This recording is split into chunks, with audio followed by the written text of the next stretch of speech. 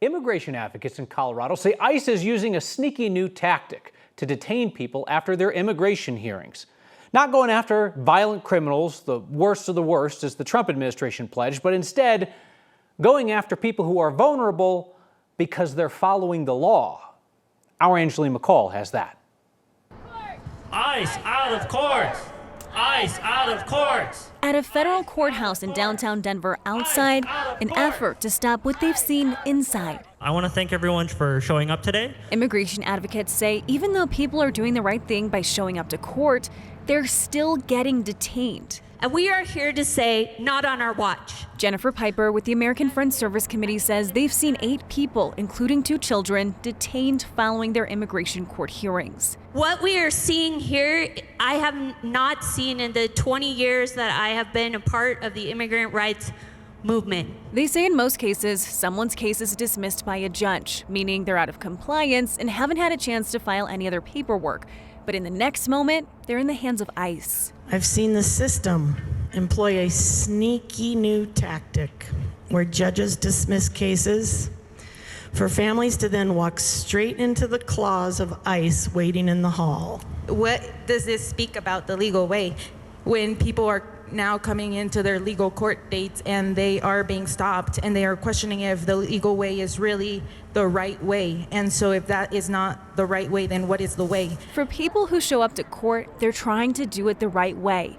But that doesn't mean without consequence. The truth here is that the jackboots of ICE are terrorizing immigrant communities that are trying to take advantage of the due process of law that they are entitled to. For Next, I'm Angeline McCall. The Geo detention facility in Aurora is not allowed to hold children there. So advocates say they don't know where many of these families with kids are going. They claim that ICE is, quote unquote, disappearing them. The man accused of firebombing a group of Jewish people in Boulder on Sunday is now facing more than 100 state charges, including attempted murder and assault. The suspect was in Boulder District Court today to be formally charged. If convicted, he faces a sentence of nearly 700 years in prison. He's also expected to be charged with a hate crime tomorrow at the federal level. The Boulder County District Attorney said 3 of the 15 victims are still in the hospital tonight. That suspect will be back in district court next month. Rough day for My Pillow guy Mike Lindell at his defamation trial in Denver. Both allies and critics are dismissing Lindell's so-called evidence of election rigging. Hacker and election security expert Hari Hursty testified by video. He evaluated Lindell's supposed hard evidence of election rigging and called it bull bleep, random garbage, and just smoke and mirrors. A Lindell ally later took the stand, also dismissed the so-called evidence. Hursty said that Lindell's cyber symposium for fellow election conspiracy theorists, quote, was just to make people feel whatever they wanted to feel. It was more about emotions. Jurors also saw video testimony today from Lindell's political ally, Tina Peters. The former Mesa County clerk is in prison for tampering with election systems. Peters was asked if she wanted to name names about who she thinks rigged the 2020 election, just as Mike Lindell has done. Peters said, quote, I'm not going to get into naming people who will sue me if I say they rigged the election. That's a fool's errand. Why would I do that? Jurors then heard from Joe Oltman, the conservative activist from Douglas County, who was the source of the claim that Lindell's getting sued over, that former Dominion exec Eric Coomer engaged in treason by rigging the election. Oltman has long claimed that he snuck onto an Antifa conference call and discovered this plot. He's never provided evidence. When asked under oath today who got him onto that call, Oltman sat silently, refusing to answer. You can't identify the source because the whole thing is made up. The whole thing is made up, isn't it? Oltman was asked by Coomer's team. No, he replied. You're wrong. Oltman, who's been publicly pondering a run for Colorado governor on the Republican ticket next year, has called for mass executions of his perceived political opponents, including U.S. senators, former President Joe Biden, and journalists. As the city of Denver prepares to lay off employees, Mayor Mike Johnson's administration is supporting a rule change that would allow them to lay off more senior employees in favor of newer employees that have better performance reviews. The city's facing a $250 million budget shortfall over the next 2 years. Denver's already doing furloughs and a hiring freeze. Layoffs are likely to start in August. And later this month, the Career Service Board will decide whether layoffs will be based on tenure or merit. As it stands now, newer employees would be laid off first. The proposed rule would preserve the jobs of the high performers instead. A state senator wants the Attorney General's office to put a second set of eyes on the investigation into the death of a CU Boulder student. Megan Trussell's death was ruled a suicide. Her family doesn't buy it. The 18-year-old was reported missing, then found dead near a culvert in Boulder Canyon in February. Last week, her parents told us investigators did not look into possibilities other than suicide. Now, Democratic Senator Janice Marchman has sent a letter to the AG's office saying the Colorado Bureau of Investigation should have been involved in this investigation from the start. When I find out the FBI is working on a case, but the CBI isn't because someone didn't invite them, that means that we're not being able to leverage all of the state resources that we have that could have helped to maybe find her sooner. Senator Marchman says she wants the AG's office to review the process of when CBI gets involved in cases, and she's looking at drafting legislation on investigation standards for death investigations that involve young people.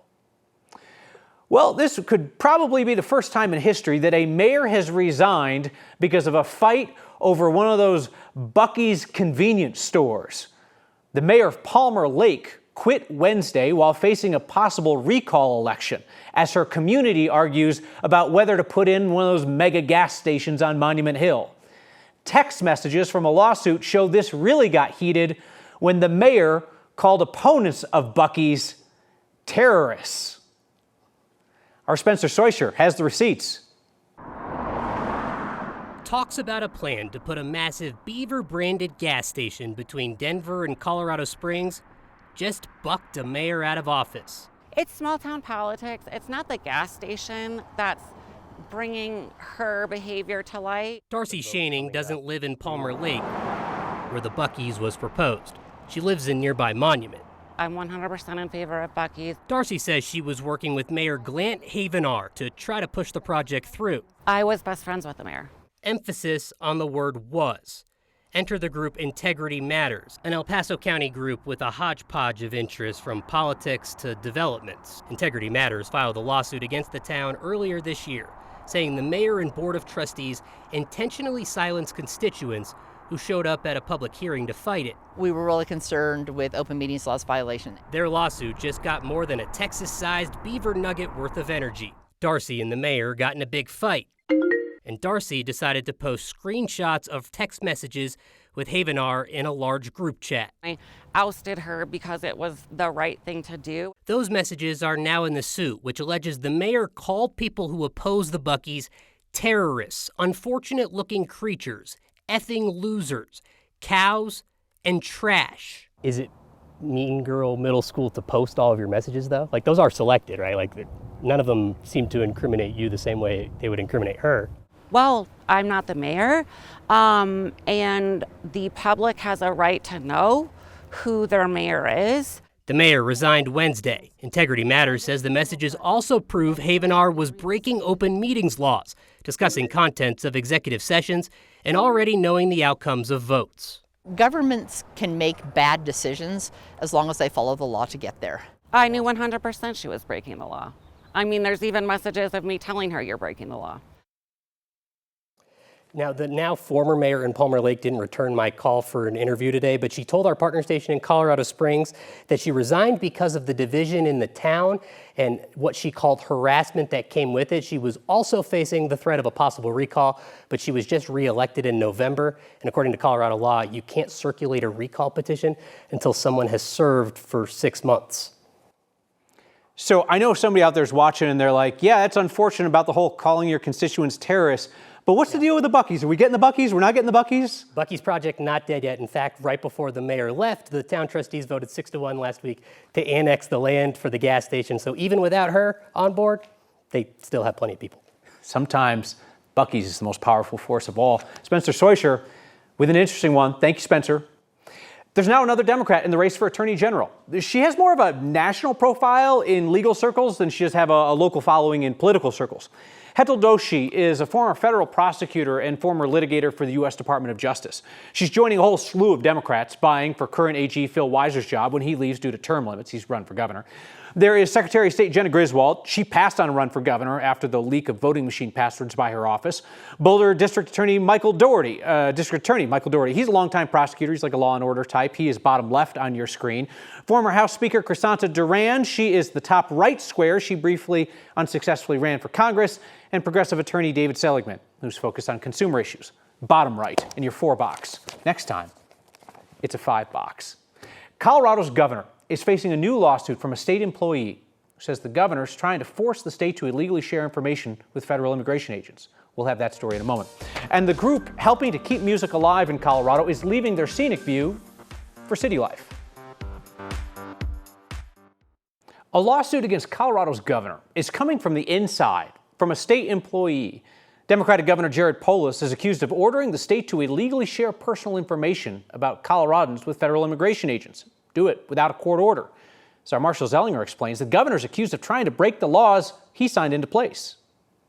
Under laws signed by Democratic Governor Jared Polis in 2021 and 2 weeks ago, state employees and city and county employees cannot share personal identifying information that is not publicly available to help immigration agents. There are exceptions, though, like a court-issued subpoena, warrant, or order. A state employee with the Colorado Department of Labor and Employment just sued Polis to prevent sharing information. Scott Moss said his department received an administrative subpoena from ICE, not a court-issued one, for personal information on 35 people in Colorado, and that Polis has said it is okay for that information to be shared. Moss believes if he shares the information, he would be violating laws Polis signed, and he wants a judge to issue a temporary restraining order preventing the information sharing. I don't know whether the governor hasn't read the law that he signed. Democratic State Senator Julie Gonzalez sponsored the bills limiting the information the state and local governments can share with immigration agents. He seems to not understand the difference between an administrative order or subpoena or warrant and a judicial order or subpoena or warrant. According to the lawsuit, the administrative subpoena is for information about 35 sponsors of unaccompanied immigrant minors to ensure that the children are being properly cared for and are not subjected to crimes of human trafficking. Sponsors are adults who have taken responsibility for children here without legal status and without a parent or guardian. In a statement, a Polis spokesman said, helping federal law enforcement partners locate and, if necessary, rescue children being abused and trafficked is not only in line with the law, but also a moral imperative. In order to investigate those crimes, they go to the courts and get sign off from judges. We asked Polis's office if the subpoena, which has not been provided to 9 News, listed a criminal allegation or was signed by a judge, and Polis's team responded with a statement that did not answer either question. This state law prohibiting information sharing with immigration agents comes with $50,000 fines for state and local employees who violate it, again, minus a court order. The governor believes the non-judge issued request has enough information that concerns him that he does not want to delay a criminal investigation.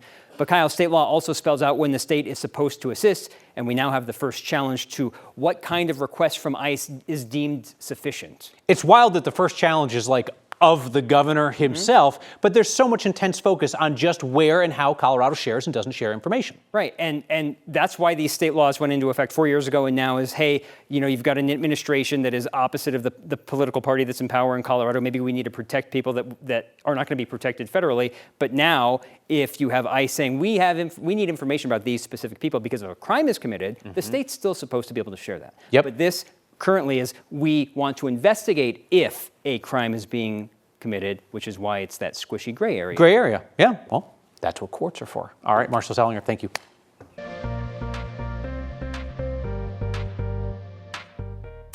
Well, we're keeping an eye on some thunderstorms out there that have been putting down quite a bit of hail, and we could still see a little bit more. This is the cell that's been responsible for all the hail. Really started up in Fort Morgan, made its way through Anton, put down about almost a foot of accumulating hail in Anton, and now it's down south of I-70 in Kit Carson County. Not too much action, just some rain here in the Denver metro area. A lot of rain down in Douglas County. Had a brief flash flood warning there for parts of Castle Rock and Franktown and Elizabeth. That is since gone, but they all got 2 inches of rain in 2 hours. That's a lot of rain in a short amount of time. Tomorrow, the temperatures will be a little bit cooler. This could help limit some of that severe hail potential, but it will be there again tomorrow. A little bit more concerned about the severe weather down to the southeast. You see this yellow shaded area. This is the level 2 threat. You've got about a 15% chance of getting large hail in this area. In the green area, that's a level 2 threat. We're looking at about 5% of this area getting large hail tomorrow, and that could include Denver. And the temperatures for Saturday looking pretty good. This might be our driest day in almost 2 weeks on Saturday. We have treasure troves of memorabilia that we plan on showcasing here. A group preserving the story of music in Colorado hopes a new location will put that history in front of even more people. Next. The big blue bear that peers into the Colorado Convention Center now has a new view. The Colorado Music Hall of Fame just moved in. Welcome to the new home of Colorado Music Hall of Fame's exhibits. The oxygen tank is an original from Caribou Ranch Recording Studio, which was for years up in Netherlands. So when folks came who weren't used to the altitude, they would suck on this oxygen tank. We want to make it more obvious to people that music and mountains is what Colorado should be known for. It's an A market. Every corner of the state now, I think, has amazing sheds or facilities for people to see music. John Denver is really one of the most famous inductees, I think, from Colorado. You know, it is one of our signature pieces. When we founded the hall, we were at First Bank, and then we partnered with the city and we moved to Red Rocks at the Trading Post. We were looking to be in a more accessible, centrally located location. Now we're here at the Colorado Convention Center in downtown Denver. And now obviously public transportation can get folks down here. There's tons of traffic here in the convention center, obviously. This hat is Lanny Garrett's. She did these campy dinner and dance and singing reviews. And just how rich the music history is in the state, how many great artists have come from Colorado. And recognize what a vibrant music scene our state has had for a very long time and continues to have. For now, you can check out that exhibit when you go to the Convention Center for a show or an event. The Hall of Fame is working on having some events that are open to the public. We are back with your feedback. Next. Feedback tonight from supporters of My Pillow guy Mike Lindell, who are thirsting for us to be held in contempt of court for our reporting on the trial. Robert and Charles wrote us identical messages on X. What are the chances? I mean, it's word for word identical. Said that Kyle and Marshall should be held in contempt of that order, not to report on any aspect of the Mike Lindell defamation case. There is no such order in the case. I don't know what you're talking about. There is no order. Now, there is an order that says that we can't report live from inside the courtroom, and we obey that order. We walk outside the courthouse to file our reports. But you're thirsting for something that's not going to happen, friends. See you next time.